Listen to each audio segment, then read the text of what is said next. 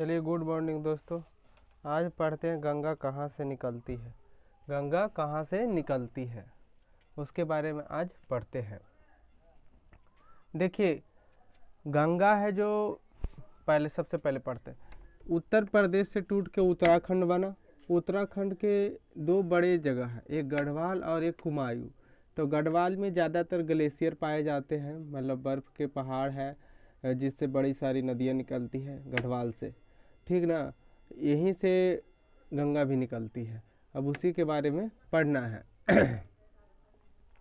देखिए, ग्लेशियर होने का कारण है वहाँ ठंड माइनस पे जाने का कारण है कि ना ही धरती से संपर्क कराता है, ना ही अगल बगल। जैसे कि यहाँ गर्मी क्यों लगता है धरातल पे, क्योंकि अगल बगल दीवार होता है, धरती का गर्मी होता है। लेकिन जबकि बर्फ़ चोटी के ऊपर जाइए तो नीचे बर्फ़, साइड में कुछ नहीं, तो क्या होता है, सूर्य के कम तापमान मिल पाता है, इसलिए वहाँ ज़्यादा ठंड लगता है। तो गढ़वाल क्या है, हिम ग्लेशियर क्षेत्र है, ठीक है ना।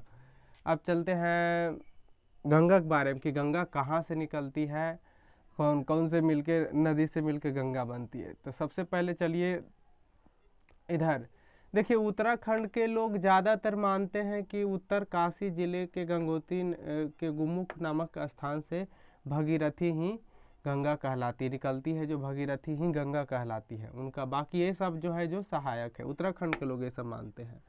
लेकिन हम पढ़ते हैं कि किस तरह से गंगा बनती है। तो सबसे पहले बद्रीनाथ। बद्रीनाथ एक जगह है जहाँ संतोपथ हिमानी है। संतोपथ हिमानी मतलब बर्फ़ का एक ग्लेशियर है, बर्फ़ का एक ग्लेशियर है, ठीक ना। वहाँ से दो नदी निकलती है, एक धौली गंगा, एक विष्णु गंगा। एक धौली गंगा निकलती है, एक विष्णु गंगा, दोनों निकलती है, आके मिलती है। मिलन स्थल को प्रयाग बोला जाता है। मिलन स्थल को क्या बोला जाता है, प्रयाग। मिलन स्थल को क्या बोला जाता है, प्रयाग। तो धौली गंगा एवं विष्णु गंगा आके कहाँ मिलती है, यहाँ पर ये प्रयाग में मिलती है, ठीक ना। तो यहाँ पर क्या होता है, दोनों का लगभग गहराई, नदी का गहराई बराबर होता है। जब नदी का गहराई बराबर होता है तब उसका कोई नाम दे दिया जाता है, समझ में आया ना। नदी का जब गहराई बराबर होता है और जाके मिलती है, संगम जहाँ बनाती है, तो उसका कोई नाम दे दिया जाता है। उसी तो इसका क्या नाम दे दिया गया, इसका नाम दे दिया गया क्या, विष्णु प्रयाग। विष्णु प्रयाग, विष्णु प्रयाग। अब क्या हो गया कि जहाँ मिलती है उसका नाम दे दिया गया विष्णु प्रयाग। लेकिन अब क्या है कि यहाँ पर जाके दोनों नदी आके मिल गई, दोनों बराबर गहराई से। अब यहाँ से क्या हुआ, गहराई बढ़ गया। दो नदी आपस में मिली तो गहराई बढ़ गया, तो एक अलग नदी का यहाँ निर्माण हुआ जिसका नाम क्या है, अलकनंदा। अलकनंदा मतलब ये जो नदी यहाँ आके दोनों मिली, यहाँ से एक अलग नदी का निर्माण हुआ, उसको क्या बोलते हैं, अलकनंदा। अलकनंदा, अलकनंदा, ठीक ना। अब क्या हो गया कि देखिए, जो नदी का गहराई ज़्यादा होता है उसी के नाम से नदी को, या सहायक नदी कितना भी बड़ी क्यों ना हो, अगर गहराई कम है तो उसको उस नाम से नहीं जाना जाएगा। जिसका ज़्यादा गहराई होता है उस नाम से जाना जाता है, ठीक ना। तो यहाँ पर कौन नदी का आके मिली, धौली गंगा विष्णु गंगा, कौन, अलकनंदा बन गई। कहाँ, विष्णु प्रयाग में। मिलन स्थल को प्रयाग बोला जाता है, ठीक ना। यहाँ से जब अलकनंदा आगे बढ़ी तो इसमें एक नदी आओ आके मिली इधर से, नंदाकिनी नदी। कहाँ, नंदाकिनी नदी यहाँ आके मिली, लेकिन इसका भी गहराई नंदाकिनी नदी का कम था, इसलिए आके मिल गई। और ये आगे क्या बढ़ी, अलकनंदा, आगे अलकनंदा। फिर यहाँ से पिंडार, पिंडार नदी आके फिर मिल गई अलकनंदा में। कहाँ पर, यहाँ पर। तो इस मिलन स्थल को क्या कहलाया, कर्ण प्रयाग। कर्ण प्रयाग। अब चलिए आगे बढ़ते हैं। तो इधर से केदारनाथ से एक नदी और निकलती है, मंदाकिनी नदी। कौन नदी, मंदाकिनी नदी। वो जाके कहाँ मिली, वो जाके मिली रुद्र प्रयाग में। रुद्र प्रयाग में मतलब कि अभी तक अलकनंदा ही है, यहाँ से जे बन के चलिए यह सब क्या है, अलकनंदा। यहाँ तक अलकनंदा, क्योंकि जिस नदी का गहराई ज़्यादा होता है उसी के नाम से उसको जाना जाता है, ठीक ना। तो ये केदारनाथ से क्या, मंदाकिनी नदी आके कहाँ मिली, अलकनंदा में। अलकनंदा में, क्योंकि इसका भी गहराई कम था, गहराई अलकनंदा का ज़्यादा था, इसलिए अलकनंदा ही नाम है। कहाँ, रुद्र प्रयाग में। अब चलिए, अब देखिए, उत्तर काशी जिले के गंगोत्री नामक स्थान, गोमुख नामक स्थान से क्या निकलती है, भगीरथी नदी। भगीरथी नदी, भगीरथी नदी निकलती है। तो यहाँ से फिर एक नदी आके भगीरथी में मिलती है, भिलंगाना।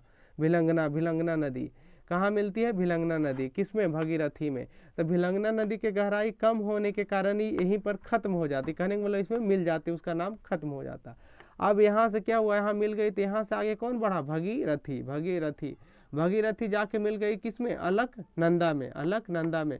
तो यहाँ इस क्षेत्र को क्या कहा, मिलन स्थल को क्या कहलाया, देवप्रयाग। भगीरथी एवं अलकनंदा के मिलन स्थल को क्या कहते हैं, देवप्रयाग। प्रयाग मीन्स मिलन स्थल, और देव मतलब यहाँ पर आके जो मिला उसको क्या कहते हैं, देवप्रयाग। अब देखिए भगीरथी एवं अलकनंदा मिली तो क्या बना, देवप्रयाग। कौन स्थल पर मिली, देवप्रयाग में। अब यहाँ के बाद जो नदी बना उसको हम क्या कहते हैं, गंगा। उसको हम क्या कहते हैं, गंगा। समझ में आया ना। तो अब इस तरह से ऐसे पूछ देता है क्वेश्चन पूछता है कि भगीरथी एवं अलकनंदा के मिलने को कौन सा प्रयाग बोलते हैं, तो देवप्रयाग। ठीक ना। उसके बाद पूछ देगा मंदाकिनी नदी एवं अलकनंदा नदी के मिलन स्थल को क्या कहते हैं, रुद्रप्रयाग। फिर पूछ देगा पिंडार नदी एवं अलकनंदा नदी के मिलन स्थल को क्या कहते हैं, तो कर्णप्रयाग। फिर पूछ देगा नंदाकिनी नदी एवं अलकनंदा नदी के मिलन स्थल को क्या कहते हैं, तो नंदप्रयाग। फिर पूछ देगा कि इधर विष्णु गंगा एवं धौली गंगा के मिलन स्थल को क्या कहते हैं, विष्णुप्रयाग। तो इस तरह से रखना है कि विष्णु भगवान का अवतार हुआ था। तो अवतार हुआ था नंद के रूप में, कृष्णा छोटा में नंद कहलाते थे, नंद के रूप में। नंद कान में कुंडल पहनने थे इसलिए कर्णप्रयाग। ठीक ना, कर्णप्रयाग हो गया। और गला में क्या, रुद्र के माला पहनते थे इसलिए रुद्रप्रयाग। और जब इतना सब कुछ हो गया तो क्या बने, एक देव बने, एक भगवान बन गए, इसलिए इसको क्या कहा गया, देवप्रयाग। तो मतलब क्या है, पंच प्रयाग यही है। हिंदू धर्म में इसकी बहुत मान्यता है। विष्णु प्रयाग, नंद प्रयाग, कर्ण प्रयाग, रुद्र प्रयाग एवं देव प्रयाग, और सब मिल के क्या बनता है, गंगा। समझ में आया ना। तो इस तरह से पढ़ना है। तो कैसे याद रखेंगे हम, इसको ध्यान में देना है। विष्णु भगवान नंद के रूप में जन्म लिए तो कान में कुंडल पहनते थे, तो विष्णु भगवान जन्म लिए तो उसको विष्णु प्रयाग। नंद के रूप में जन्म लिया, नंद प्रयाग। और कान में कुंडल पहनते थे इसलिए कर्ण प्रयाग। और आगे जाके क्या हुआ, गले में माला पहनने लगे रुद्र का माला, तो इसे रुद्र प्रयाग। और जब सब इतना पहनने लगे तो भगवान का रूप ले लिए तो क्या इसे कहा गया, देव प्रयाग। और आगे जाके क्या बनी, गंगा। ठीक ना।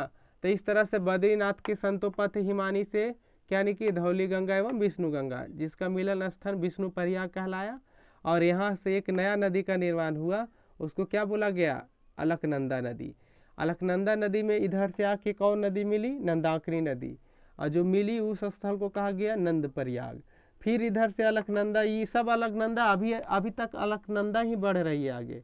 ठीक ना। फिर इसमें पिंडार नदी आके मिली, पिंडार नदी आके मिली अलकनंदा, तो इस मिलन स्थल को क्या कहला, कर्णप्रयाग। अब इधर से अब देखिए केदारनाथ से मंदाकिनी नदी आके मिली अलकनंदा में, तो ये क्या कहला है, रुद्रप्रयाग। अब इधर से देखिए उत्तरकाशी गंगोत्री गोमुख हिमानी से कौन, भगीरथी। और भगीरथी में मिला भिलंगना, और यहाँ मिला तो क्या इसका गहराई कम था तो इसलिए भगीरथी ही इसका नाम दिया गया। तो भगीरथी आके मिली कहाँ, अलकनंदा में, तो इस जगह की क्या कहला है, देवप्रयाग। और देवप्रयाग के बाद जो नदी बहती है मिलके उसे हम गंगा कहते हैं। उसको हम क्या नाम से जानते हैं, गंगा के नाम से। समझ में आया ना। तो इस तरह से पढ़ना है। विष्णु भगवान का अवतार था नंद। नंद कान में कुंडल पहनते थे, और रुद्र पहनते थे। देखिए तो विष्णु भगवान को विष्णु प्रयाग, और नंद का रूप लिए तो नंद प्रयाग। कान में कुंडल पहनते थे, कर्ण प्रयाग। उसके बाद गले में रुद्र का माला पहनते थे तो क्या, रुद्र प्रयाग। एवं जब इतना सब कुछ पहनते तो उन्हें क्या कहा गया, देव, तो देव प्रयाग हो गया। फिर बाद में क्या होगी, गंगा। इस तरह से पूछा जाता है। ठीक ना। इसमें देखिए जब नदी की गहराई बराबर होती है तो उसको अलग अलग नाम दे दिया जाता है। क्या किया जाता है, अलग नाम दे दिया जाता है। समझ में आया ना। और जो नदी का गहराई ज़्यादा होता है उसी के नाम से नदी का नाम निश्चित किया जाता है। तो देख रहे हैं इधर अलकनंदा के गहराई ज़्यादा था तो नंदाकिनी नदी आके मिली भी, फिर भी यहीं ख़त्म हो गई, यहाँ से अलकनंदा ही आगे बढ़ी। फिर ये आके मिली, फिर भी अलकनंदा ही, क्योंकि इन लोग का गहराई कम था। ठीक ना। इस तरह से क्या हुआ, गंगा का निर्माण हुआ। क्या चीज़ का, गंगा का निर्माण। अब पूछ देता है कि टिहरी बांध किस नदी पर स्थित है, तो हम लोग क्या कहते हैं, भगीरथी नदी पर। पूछ देता है कि टिहरी बांध किस नदी पर स्थित है, तो हम लोग क्या कह देते हैं, भगीरथी नदी पर। तो क्या होता है, भगीरथी में देखिए भगीरथी यहाँ आके मिली, किस भिलंगना आके यहाँ मिल गई भगीरथी में। यहीं पर एक बांध बनाया गया, कौन, टिहरी बांध। कौन, टिहरी बांध, कौन, भगीरथी नदी पर। ठीक ना।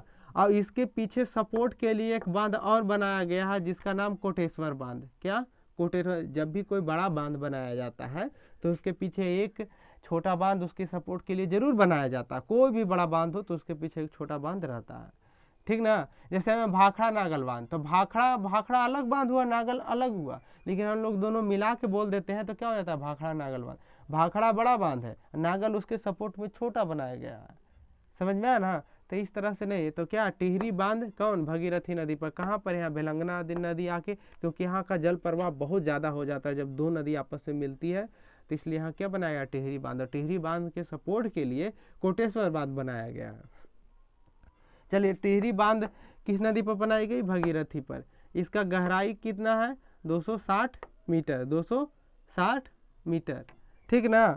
तो अब पूछ देता है कि भारत के सबसे ऊंची बांध, भारत के सबसे ऊंची बांध, तो कौन बांध, टिहरी बांध। भारत की सबसे ऊंची बांध टिहरी बांध, बांध में, ठीक ना। और जब पूछ देगा कि सबसे ऊंचा गुरुत्वीय बांध, गुरुत्वीय देखिए ये अलग चीज हो गया, कैटेगरी हो गया, ये बांध का अलग कैटेगरी हो जाता है, ये गुरुत्वीय जब लग जाता है तो ये सिर्फ बांध में सबसे ऊंचा कौन, टिहरी, ठीक ना। लेकिन सबसे ऊंचा गुरुत्वीय बांध की बात करेगा तब कौन होगा, सतलज नदी पर बना हुआ कौन बांध है, कौन बांध है सबसे ऊंचा ग्रेविटी बांध।